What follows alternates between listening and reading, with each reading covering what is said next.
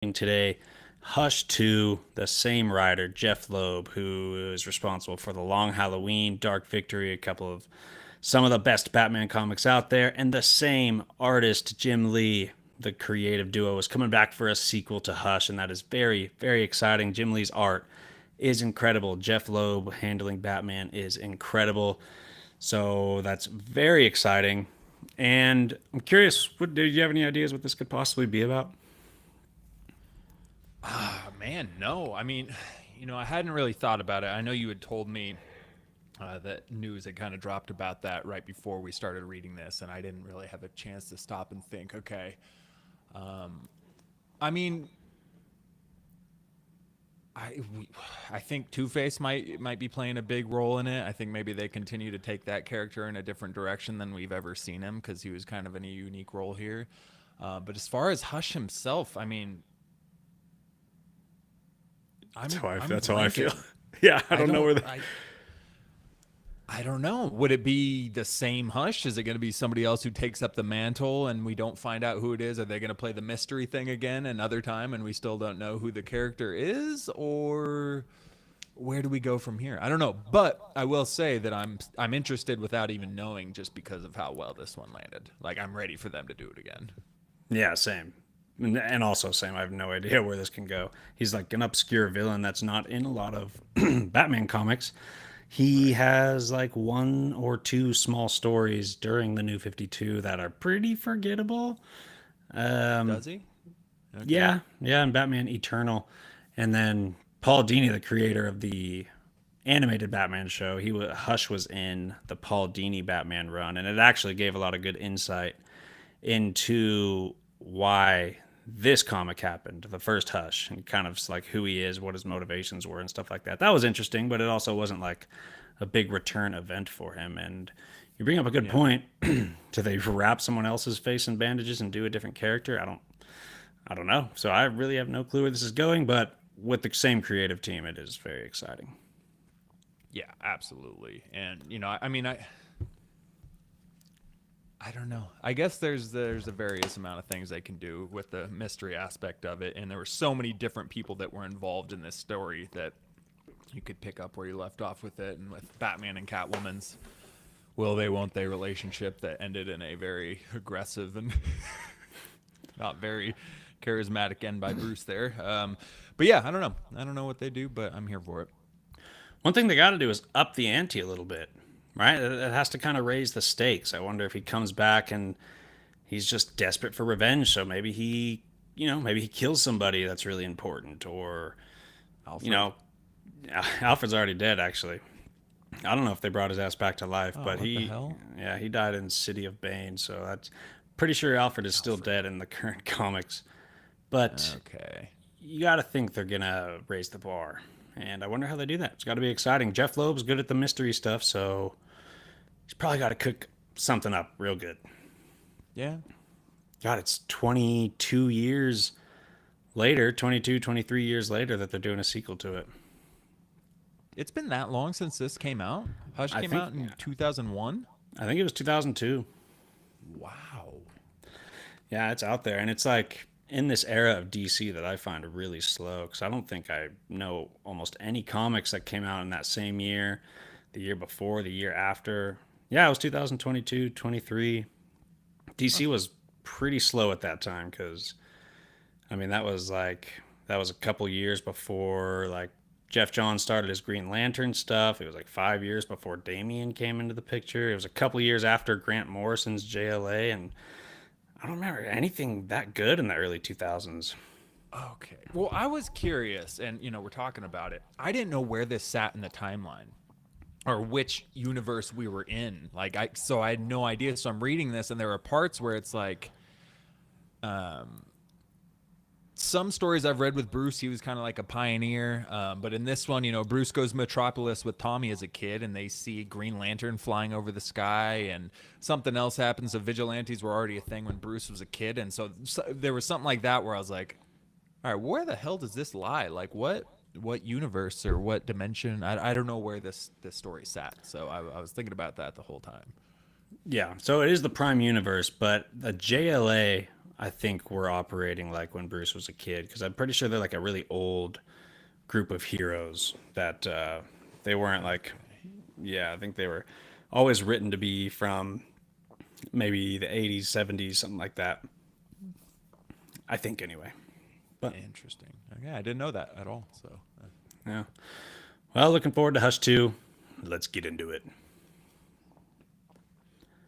Hello, welcome back to Why So Sidious a Nerd podcast, where we cover Star Wars, Marvel, DC, Lord of the Rings, Game of Thrones, all the nerd stuff, and we're covering the Batman comic Hush today.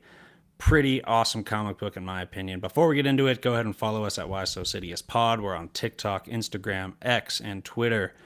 Give us a follow. Check out some variety of stuff you're not going to find on the podcast. And we have been covering each episode of The Penguin. We just dropped a Nerd Therapy 4, where it's more open discussion, philosophical questions, games, all this nerd stuff. It's a lot of fun. So check it out. Enjoy it. And pretty soon we're going to be covering, God, I don't know, we're going to keep covering The Penguin. We're going to keep our Weekend Geeks coming out, where we cover all the nerd news. And we'll cook something up for you, some creative stuff. Of course, we're going to have some Avengers, the Road to Secret Wars coming out, covering each comic leading up to Secret Wars on that Jonathan Hickman Avengers run. We are going to cover Kraven's Last Hunt in honor of the movie coming out, and maybe some Dark Victory. Maybe some Dark Victory. Jeph Loeb, same writer as Hush, because that's very Penguin oriented. You got a lot of the Maronis and Falcones. Sophia's actually a main character in Dark Victory, so be on the lookout for that. All right, let's get into it. So, Hush. Dave, give me your overall thoughts. What'd you think of the comic? oh man, so I really enjoyed this. This is definitely one of my favorite DC runs that I've read. One of my favorite Batman runs, and I can't say for sure if it's my favorite Batman because I gotta recollect the ones I've actually read. But dude, I just loved it. There wasn't a lot of gripes I had with this. I love the art. The art is beautiful to look at. I could read countless panels if this was the art behind it. Like this would be my ideal art for every story moving forward if I got to choose. And in terms of my Batman fandom, I mean, the run just felt close to perfection for me. And I'm not saying it's the greatest comic book ever. I guess I'm coming off a little too high on it, maybe. But I just think it had almost all of my favorite aspects of Batman in the run, including Nightwing, his detective work, his relationship with Catwoman, the art style, again, being great all the way through. And we see a ton of his rogues gallery. I mean, it just hits so many classic points of the Batman story, and it's written so well. And there's a great mystery game throughout, which I thought I had figured out multiple times. So it was just a really fun read, and it was hard to put down. Yep. You covered everything. It literally hits all the cool things about Batman. You get a little of the detective Yeah. stuff. You get all of his rogues, which is awesome. I think they did a really good job with the action here, with like the Batman action, especially like in the beginning where you see his cowl or his mask actually has, like HUDs, or he's got vision Yeah. like Iron Man. It gives him information as he's fighting, and all that was so fun. The twists and turns were awesome, so you're always on the edge of your seat. You get a little Batman versus Superman. That was awesome, and when it's drawn by someone like Jim Lee, it makes it just that much more impactful. I mean, even like some of my favorite art was Batman and Nightwing in the Batcave doing detective work with all those displays up around them. Nightwing was drawn incredibly. But yeah, the variety of characters, and they were all drawn so well. So I'd say the story, I'd say it wasn't as murder mystery as I remember reading it from the past, because he didn't really murder a ton of people. Like the Long Halloween, it's just murder after murder, and they're trying to figure it out. So same writer, but not as.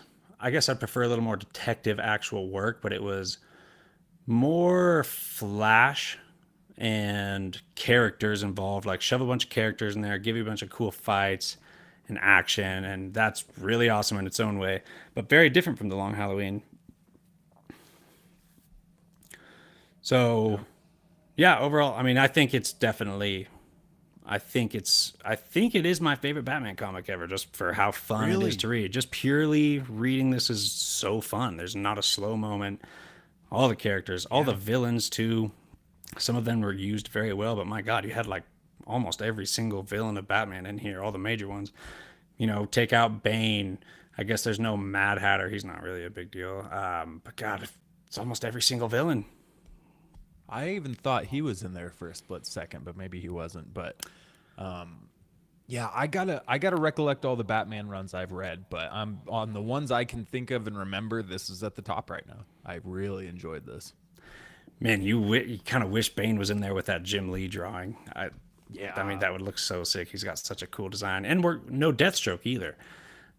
true. You really want to see Jim Lee draw some Bane and Deathstroke, but hey. All right, so let's get into some details. What do you think are just some of your favorite scenes in the comic? Um, Man, some of my favorite scenes. So right out of the bat, the first scene was one of my favorites. We get Batman saving the kid, and he's thinking to himself how differently Clark would have done this situation, and how scared the kid is compared to how he'd be if he saw Superman. Like he's probably just thinking he's probably scaring the kid so much, just as much as the situation he's even in. But then by the end of this interaction, the kid is wanting to stay with Batman, and it's kind of like it reminded me of the Batman movie with Matt Reeves. People are afraid he's intimidating, yada yada. The tragedy happens, he jumps down and he holds his hand out to the mayor, and she won't take his hand because she's afraid of him. She doesn't know who he is. She won't take his hand for help. But by the last scene, he's helping this person onto the life flight thing in the helicopter, and the person won't let go of Batman's hand as they're going up. So I really like that touch to it. That was a really cool way to open this whole thing. Great callback. Wow. With the hand. That's solid. Yeah, so my favorite's definitely the Batman versus Superman. That was really Yes. cool. He did everything. He had his kryptonite ring. He used his flashbangs. He used like sound as a weapon. All of that was awesome. I loved all the talk he did. It's almost like we got a little update or more of a summary of each Robin's backstory. Like he spoke on each Robin, gave us like their attributes, gave us their like where they might fall short as a Robin. So it's like we got a cool summary of each Robin, and I loved that. Yeah. And I think one of my probably my favorite maybe moment was when he almost killed the Joker. That was intense. That was dark. That was an angry Batman, and it also played into subverting expectations with like the Joker's like, I'm innocent. I didn't shoot this guy, and he was actually telling the truth. But you think it's Right. just the Joker being the Joker because he looked pretty guilty. Dude, and that scene is on my list too, and it combines with the thing you just said right before that. Because during that scene, Batman's rage punching the Joker, and he's thinking like how Nightwing used to say the Joker existed because of Batman, and they were almost two sides of the same coin, order and chaos. And we get this really cool full page shot of Batman choking Joker with the lightning in the sky behind him. I mean, it was a really beautiful shot.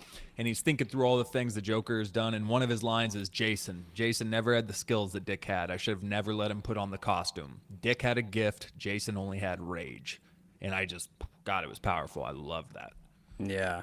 And Jim Gordon, what he said, and I'm not going to quote him because I don't, know exactly what he said, but I remember whatever Jim said to stop Batman from killing him was really well written. And like I felt it. I was like, that's solid. That was not some corny stopping someone from killing someone line. It was like that worked, and that got into Yeah. Batman's head, and as a reader, it just really worked out. Yeah. There's one other little scene I was going to mention. It was a small detail, but we saw this a couple times in this issue, and I really liked it. Or in these issues, this run, and it's when Hush is firing at Batman, and I love the way they use the panels to write out like all of the various ways Batman is detecting. He's anticipating. He's reading the entire scenario while actively dodging bullets, throwing batarangs. Like the guns are twin 45s. He's firing in pairs. 2 bullets killed Harold. The 45 holds 12 rounds. Like it's just all this info that's going through the brain of Batman, and it paints a really cool Yes. picture of how his brain works in these Yes, situations. 100%. I also really liked the fight with Ra's al Ghul. I thought that was awesome, and I love along with that you get a lot of Under the Red Hood. Kind of, this came out like 3-ish years before Under the Red Hood. Yeah, about 3 years before Under the Red Hood. But it's almost like they knew. I don't know if they knew the plan of Jason coming back, but a lot of stuff in here seems to hint towards Jason's return. Like his body was not in his grave. They said that someone just used the Lazarus pit. They might have I actually didn't even think explained. about that. Yeah, I think they explained that was something else regarding Hush. Because well, another one of my Yeah. favorite scenes, the Yep. Riddler at the very end. Because when I was wondering, out of all the villains, who was used best, the Riddler, I was like, absolutely not. We barely saw him. But then at the end, Yeah. it was like he was so integral to this whole story, and you didn't even realize it till he explained the whole thing at the end. And I thought that was awesome. I was like, okay, that really just brought Riddler up on this list. But I think he did explain something about what they did with the Lazarus Pit. But regardless, I mean, Jason's body's not in his grave. They teased him when Hush took off his damn mask. They showed Jason and the Right. Lazarus Pit, all the stuff that really seems to hint towards Under the Red Hood. I'm not sure if it was intentional. Yeah, I was. That's one of the many reasons I was confused at where this laid on the timeline of stuff, and one of the reasons I was all over the place with the identity of Hush. But yeah, that was super interesting. For sure. All right, so how about some of these characters? Let's start with the hero side of things. Which heroes do you think were used best in this story? Because there was a ton. We had Catwoman, Superman, we had Nightwing. I guess just mentioning all the Robins. Shit, I don't know. That might actually be all the heroes there. But who do you think was used best? I really think Catwoman is at the top. I mean, I know she's not a hero, but just unlocking a new side of Batman and Bruce at the same time. Like, I enjoyed the dynamic and this progression of their relationship as they're fighting crime, but I especially with the added aspect of Selina and Bruce. Selina doesn't even know the identity of Bruce being Batman, and so we get two different relationship arcs between these two. One of them only knowing that it's the same relationship, but they painted it in a really good way, and I just enjoyed every scene with Catwoman. Honestly, I really like, and that's not why I'm there for comic books. I'm not here for love relationships in the comic books and Batman's love life. But I've always liked the dynamic with him and Catwoman. It's always just drawn me in, and so this was a really good run to have that in, and just the different vulnerabilities she brings out in him, and by the end of it, where Tim does not trust her, and I think she saves him at one point towards the end of it, and it's like, the only reason I saved you is because he would have been miserable if you would have died. But like, I just love that dynamic of the kid who does not accept his father's new girlfriend, and her reaction to that. So I think Catwoman, out of all the side characters, was my favorite in this one. Yeah, they even tied in the possibility of Hush manipulating her because Batman was like, Yeah. she's one of the only things that's changed in my life. Like now that my feelings for her are starting Right. to reach the surface, like that's one of the only new things in my life. So is she involved? So she was part of the mystery at the end of the day, but not involved with Hush, turns out, but it was still something that was playing on in his head because he was considering everything. Like you said, they did a great job at his inner dialogue. Yeah. Well, even me, a little bit. I was like, man, I really hope it doesn't end up being the fact that Catwoman's playing him right now. I'm going to be really pissed. Right. I'd probably go with, I guess, Superman, just for the pure fun Yeah. of it. That's probably, but it's he was insignificant for the story for the most part, but it was also a lot of fun. I like all the stuff with the Batman trying to prepare. He has to go to Metropolis because that's where the trail kind of leads him because of it was like some chemical plant or something that Poison Ivy was involved with, and he was like, "You don't go to Metropolis and not prepare for Superman." Yeah. So all that action, there was like a beautiful double splash page when he just nails Superman with a hook with that ring on. Just two full Yeah. pages of that one shot. I thought it was beautiful. And other than that, I think Nightwing. Like I said, I loved that shot. Like a few pages with them being detectives in the Batcave. Another really awesome double splash page when they're running to go wherever their mission is, and you see all these Batmobiles on all these like how they're organized, and you could tell there's like some rotated, like whatever Batmobile he's gonna pick, it'll rotate on this giant machine and give it to him. All that was really awesome, and God, Nightwing just looked so good. Jim Lee draws a real nice Nightwing. Dude, he does. I got to say, they picked the worst Batmobile. I saw so many dope ones that I was not a fan of the one they actually ended up driving out on the road. For sure. I like Tommy Elliott too. I thought he was a solid. Obviously, he was a main part of the story here, but just the aspects of him with Bruce and their friendship, and even I actually enjoyed the flashbacks to Bruce's childhood, which typically that's not a part of a story I'm really that interested in. But it was interesting seeing Bruce as a kid. That's not something you really get a lot of unless it's his dead parents next to him. So I did enjoy that. I thought it built on the story really well. Yeah, for sure. Even the Robins were like, why hasn't Bruce ever mentioned this guy? Right. But that was cool. Oh my God. And I loved when he's got his damn skull broken or whatever it is, and he's on the operating table and he communicates with Alfred with Morse code by tapping his fingers. It's pretty sick. Freaking Batman, dude. And then you find out that Harold, this random character that comes in at the end with some kind of random emotional tie, he actually put these subliminal images in the Batcave on the Bat computer, and it made Batman think of Tommy Elliott, these subliminal images, which is what led him to do the Morse code thing. Oh, Wild. and like what led to his skull fracture, that's another Under the Red Hood. It seems like a precursor because of the way the rope was cut, right? Cutting it. Right. Yeah, that was the same thing with an Under the Red Hood. The rope was cut, so that like means something. He knows his tactics. Which is why that Jason Todd thing kind of landed for me, because I remember that happens and Nightwing goes, who could cut this line before it was taught? Like, who else has that skill and knows what you're doing that much? And so I was like, wait a second, is this Jason? Like, what the hell was that? And then it actually shows that it was Jason, which was a fake out, but it's like so many connecting the that's dots. why I was like, oh, they got okay. So do they plan this ahead, or maybe this story gave them the idea to bring Jason back? I don't know. Ooh, that'd be wild. Yeah. Right. All right, then let's talk about some of the villains. A ton of villains. So Killer Croc, Poison Ivy, Joker, Harley Quinn, Ra's al Ghul, Scarecrow, Riddler. Out of these, who was used the best, you think? Ooh, the best. You know, I don't think Riddler was used the best. It didn't land as well for me. I thought it was a cool little thing they threw on at the end, but it didn't make as big of an impact, that reveal there. You know, weirdly enough, even though I'm not a big fan, I like Poison Ivy more in the actual like animated shows and whatnot than in any comic runs I've really seen a lot of her in. But her turning Superman into the villain was pretty damn impressive. I actually like Killer Croc too, dude. His look in this, like, so he was, which I didn't realize. I'm reading this going, man, he looks like an absolute monster. This is way more of a monster than man.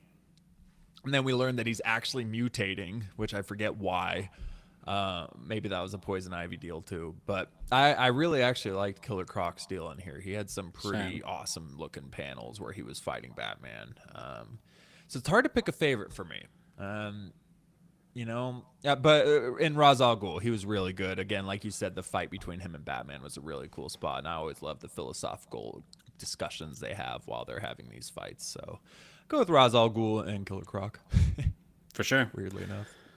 Yeah, I kind of already mentioned it, but I gotta go with the Joker. He was the most impactful side villain for sure. They have so much history and like all that dialogue about just Batman being responsible for potentially being responsible for so many deaths because he hasn't killed the Joker yet, and like he's ready to kill the Joker this time. And it was like a full issue of him just whooping the Joker's ass, and it was really satisfying. And that was just really cool. And it just was such a big like turning point in the story as far as, well, he just shot Tommy Elliott, so it's not Tommy Elliott. We can take him off the list. Like, they really subverted expectations there. So I thought that was done the best. And then I guess probably Poison Ivy. You know, she led, as far as side villains, she did lead the charge for like a good, for the first quarter of this book even. She manipulated almost everyone. Killer Croc, Catwoman. Yeah, initially Catwoman, Superman. Yeah. There was somebody else too, I forget, but yeah, no, she was running stuff at the start. For sure. Okay, let's get into the identity of Hush. So talk us through the journey, like all the twists and turns going by. Who did you really believe it was Two-Face? Was that your big one at first? How did it change everything? Dude, so this was super interesting, okay? Because I came into this story. I've seen the animated movie. It was years ago, years and years ago, but I've seen it. And so I came into this story thinking, okay, I know a big part of the story is the mystery identity. and I think I know already. So I'm curious how this story is going to land with that aspect removed, because I'm pretty sure I know who it is already. And it ended up having me all over the place. I lost confidence very quickly. So at first coming in going, okay, I know it's Tommy Elliott. Like, that's a bummer. I already know, but we'll see what they do with it. We'll see if they write it well where it's still, interesting. And then I forget what part I started thinking, wait, it's not the Riddler, is it? Like, it's kind of fitting because the Riddler and the Batman has very big Hush vibes going on there. Um, the Two-Face fake out reveal I didn't really buy, but it did have me intrigued on what the hell he was doing. I think maybe for like a half a page I was starting to think maybe it was him, and I was like, no, I don't think it's Two-Face. Um, so that but again, that still took me on another thing, and that right there had me going, yeah, I'm not confident it's Tommy though. I don't think it's Two-Face, but I don't really know who it is at this point. And then, oh my god, it's Jason Todd. Like, wow, I didn't my thought process was like, I didn't recall this happening in the movie. I don't recall Jason Todd in the movie. Well, maybe the movie branched out and did its own thing. They've done that before in certain DC animated movies where they've changed plot points here and there a little bit. Like, it's different to Under the Red Hood, but whatever. I'll see what they're going with this. And that lasted one issue, and we find out it's Clayface. So at that point, I was like, okay, wow, they got me. It's been Thomas Elliott the whole time, and they made me think it was somebody else 3 different times.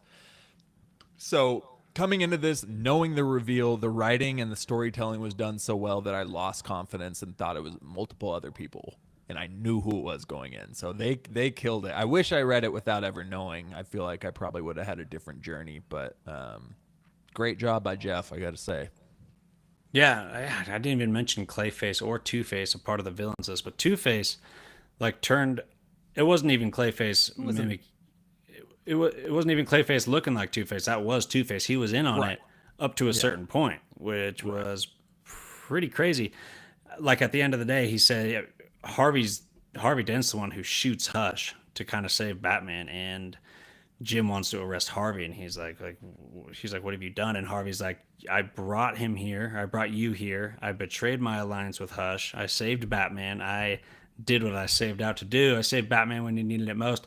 It's like, damn, that's just like there's so many moving parts that you don't expect. So he was actually acting as Hush for a little bit, revealed himself to the Joker in jail, then ends up Yeah. kind of saving the day at the end. Dude, I'm interested in Two Face. I would like to read some more stories that's got more of him in there. He's not in every time I read a story, he's like barely in there. But I would like to read some solid issues where he's a focal point of those stories, or at least a major side character. Yeah, you could read The Great Leap. It's a Nightwing story actually. He's a main villain in a Nightwing like 6 issue little story, and he's that's probably my favorite Two Face appearance there. The Pretty Great solid. Leap. The I'm Great gonna add Leap, that to yeah. my Super out of print. comics to read. I'm glad I have a copy. I'm pretty proud of it because you can't find that shit anywhere. Um, let's see. So at first, I really thought it was Tommy Elliott, especially like a really cool, mysterious kind of scene is when Bruce Wayne is healing inside and Tommy knocks on the door and Alfred's, is asking how Bruce is doing, and but Alfred says he's actually out with a lady, and Tommy goes, "Tell him something for me. This is a dangerous game he's playing. Seems to have a double meaning." And Alfred's like, "Sir?" Asking like, "What do you mean?" And he's like, "Nah, just going out when he should be healing, blah blah blah." But at first, it kind of felt like, oh, this is the villain saying Batman, like, stop messing around. So I like the double meaning there. Yeah. Plays on the mystery, but then he freaking dies. So you're like, okay, it's not him. And the Two Face thing had me sold. I was like, oh, it's Two Face. Hush is Two Face. That's wild. That's crazy. And it made sense. A bandage around his face. This guy's got a super damaged face, and I was like, sold. All right, it's Two Faced. Yeah. The Jason thing really threw me off. I was just like, what? Like, but I read this. I read this after I read Under the Red Hood, and I knew it came before. So at the same time, I was like, Okay. yeah, but what? Like, I was more confused than anything. But then, yeah, that's Clayface. So yeah, that was really fun. It was almost less of a murder mystery, more of an identity mystery. Because when thinking back on it, I was always, for some reason, wrongly thinking this story was about Hush killing a bunch of people, and he was trying to find out who the killer was, and that's not the case at all. Right. No. All right, so you said you didn't really have any gripes. Yeah, I not really. Again, the Riddler wasn't bad. It just didn't land for me, and I was just grasping for gripes there. It wasn't my favorite part. I felt like it still could have been a solid story, leaving that maybe a mystery, and that leads into the next Hush. Like whoever was really orchestrating this whole thing, we still don't know. I don't know. But if they don't have plans for a sequel and it's been 23 years, that's not the best way to close the story. So I get that. Um, no, the only other really one I had was Batman blowing the relationship at the end. What did what happened? He basically, why did you say that name? But he did it to Catwoman instead when they're like getting intimate and they're about to kiss, and she says, "Oh," she says, "Hush," and like puts her finger up to his mouth, and he flips out. Goes, why would you say that word? And immediately thinks she was in on it the whole time and takes off. It's like, damn it, Batman, my God, bro, like. Paranoid. Just really, relax. it's like his Achilles heel. Yeah. Yeah, you just can't have a happy relationship. His paranoia is what makes him a great hero, but it's also his Achilles heel because he can't have a healthy relationship with anybody. Yeah, no, absolutely. But yeah, other than that, I thought the Homeless Herald was a little out of left field. Didn't really know where that one came from. And maybe they could have let the Jason mystery go a little longer before the Clayface reveal. But honestly, other than that, I really didn't have a lot of issues with this. Yeah, if any of you are listening and want to comment, who the hell is Harold? Please let us know if there's some story like that Harold. precedes this where Harold is significant in any way, because this Harold guy comes in at the very end, no build up to his character in this story, and he has some kind of emotional tie to Batman. And somehow he was like in the Batcave putting subliminal images under the Bat computer. Like, who is this guy? You haven't read Harold's Last Hunt? It's really good.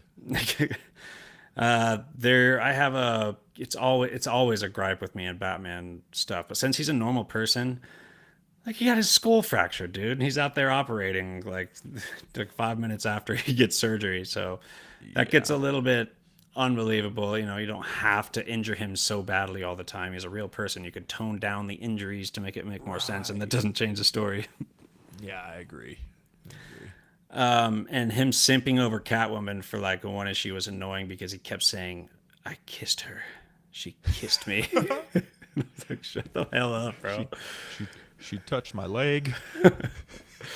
So super small gripe there. And the only other thing is a minor gripe, but like I said in the beginning, a lot of characters, a lot of flashiness, a lot of action. I felt possibly took away from the detective stuff, possibly took away from some murder mystery stuff that could have been really fun. But at the same time, those characters and that flashiness is fun. It is really cool to read that anyway. So yeah, not a lot of gripes. I think it's definitely one of the best Batman comics out there. I see, I make a little top 5 comic post on TikTok about Batman stuff, and when Hush is on the list, I actually see people in the comments saying, "Oh, Hush sucks." It's like, Hush is not good. Really? Yeah, and I don't get it. Maybe it is because it's more Flash. Some people are pretty picky with shoving too many characters into a story, Yeah. and too much action and Flash. But who knows?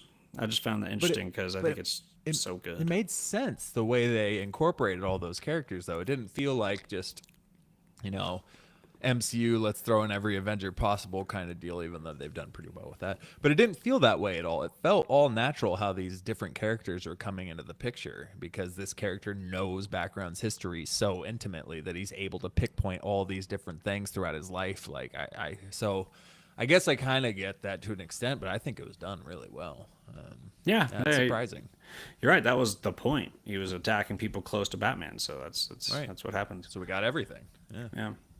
I find the flashiness in characters very interesting because the same writer, Jeph Loeb, on The Long Halloween, it's so different. The Long Halloween is so detective based, so murder mystery based. There are a few characters. Actually, now that I think of it, he does shove a lot of characters in there, but it's not like this. It doesn't feel flashy. It's just like, yeah, I mean, the Joker's over here killing too. Scarecrow's over here killing too. I don't know. Very different vibes. So he has some range, Jeph Loeb. He could do grounded detective mystery, and he could do like damn near Justice League style. I mean, it felt like it was borderline Justice League stuff going on here. Yeah, not really. That was just Superman. But still, all that flashiness, none of that in Long Halloween. There was, Harvey said in when he was talking to the Joker in jail, he was like talking about how the Joker came into his house on Christmas and threatened him. That came straight out of the Long Halloween. So that was a really cool callback. Okay. Yeah. Have you? So again, I'm really impressed with Jeph Loeb here. I'm really, really impressed, and I would like to continue to read his runs on stuff. So I'm looking at something here, and so was there a trilogy with Long Halloween, Dark Victory, and Haunted Night? Yes. I've never read Haunted Night. Okay, that's what my next question was, because I'm seeing this thing and they're talking about these 3 runs. And man, I don't know. All the Reddit comments are all praising it, saying it's quintessential Batman. Jeph Loeb's Batman is the Batman I think of when I read Batman. So I see a lot of positives, not a lot of negatives. But I really want to read Dark Victory soon now after this. That has definitely lit a fire under my butt. For sure. I think the only reason I've never read Haunted Night is because the Long Halloween and the Dark Victory are so similar. They feel like the same. It's just really cool because Two-Face, there's some Two-Face for you right there, because Two-Face really goes into villain mode in Dark Victory, whereas in Long Halloween, it's kind of a modern retelling of some early Batman stuff, because Two-Face has his origin story in Long Halloween, but he goes full villain mode in Dark Victory. You also have Dick Grayson being taken under the wing of Batman as Robin, so a couple of things are added that are really interesting in Dark Victory, but it totally feels like the same thing as the Long Halloween, and I felt like I didn't want to read Haunted Night for that reason. I didn't want to read a third of the same thing. But I don't know. Yeah, I don't know what it's about. Well, maybe we take a peek after we do Dark Victory. I'm looking at some of the plot points and whatnot. What the? All right, that sounds weird. I would like to check it out at least, though. Yeah, I haven't heard anything about it. For sure. Okay, any other thoughts on Hush? I'm gonna rewatch the movie, see how it compares. Because I just like DC animated movies. Yeah. Who was Hush's identity in the movie? It was Thomas Elliott. It was Tommy Elliott. Okay. That's why I thought coming in, I was like, well, I already know it's him, and then it started losing. Then he dies there. Yeah. Well, not really. See, I couldn't even remember if he actually died in the comic. I was trying to think. I was like, I know he got shot there. In the movie, you mean? Because did he get shot in the movie like that? I don't know. I got to go back and check it. I'll have to check that out. But yeah, I do remember enjoying it when I watched. Okay, I remember not loving it, but then again, I read the comic beforehand, so that probably affected it. Sorry, I'm looking at the movie, at the cast. You'll never guess who voices Lex Luthor in Batman Hush. Andy Serkis. No. Bears beats Battlestar Galactica. No that's way. Actually Jim who says that. Dwight, no way. Dwight voices. You mean this right Lex here? Luthor, Rainn Wilson. It was freaking hilarious. Yeah, there you go. That's crazy. I didn't even say that because I saw that there. That's hilarious. It was subliminal messaging. That. Subliminal. So. That's Harold at work, the finest. But yeah, he voices Lex Luthor in that movie. But no way. Yeah, I could see him get pretty sinister. If you don't see his face, see that comb over. That's not gonna work out. Good thing I wore my mustard shirt today. Recyclotrops. Yeah. No other thoughts other than I was just really impressed by this, and it makes me want to find any other Jeph Loeb, Jim Lee combo runs. For sure. All right, well, that wraps up our review for Batman Hush. Let us know in the comments what you'd like to see us cover. Let us know what you think of the show. Say all the good things. Subscribe on all the stuff. Buy our shirts. You're going to see shirt links on all of our podcast descriptions on Spotify or Apple or wherever you're listening. There's going to be a merch store link in there you can click on. Check out our shirts. Old logo, which might not last that long, so you better pick it up so you could have a collector's item when we're famous. And they're also the new logo. That's going to be there forever. So check it out. A lot of cool stuff. There's mugs, stickers. We can put a lot more stuff on there too if we see some buys happening. Even car decals. There's crazy stuff on there. Shoes, socks. There's all kinds of stuff we could put on that. Anyway, Yes, Why So Sidious Pod is where you find us on our socials. Thank you for joining us, and we'll see you next time.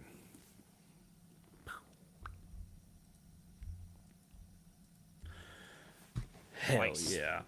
Dude, I'm dying of thirst, and I just chugged like a quarter gallon before this, and somehow I don't have enough water in me. I was gonna ask if you had rabies, but that's the opposite. So never mind. What, Stupid. you just hate water on rabies? Yeah, you have like an irrational fear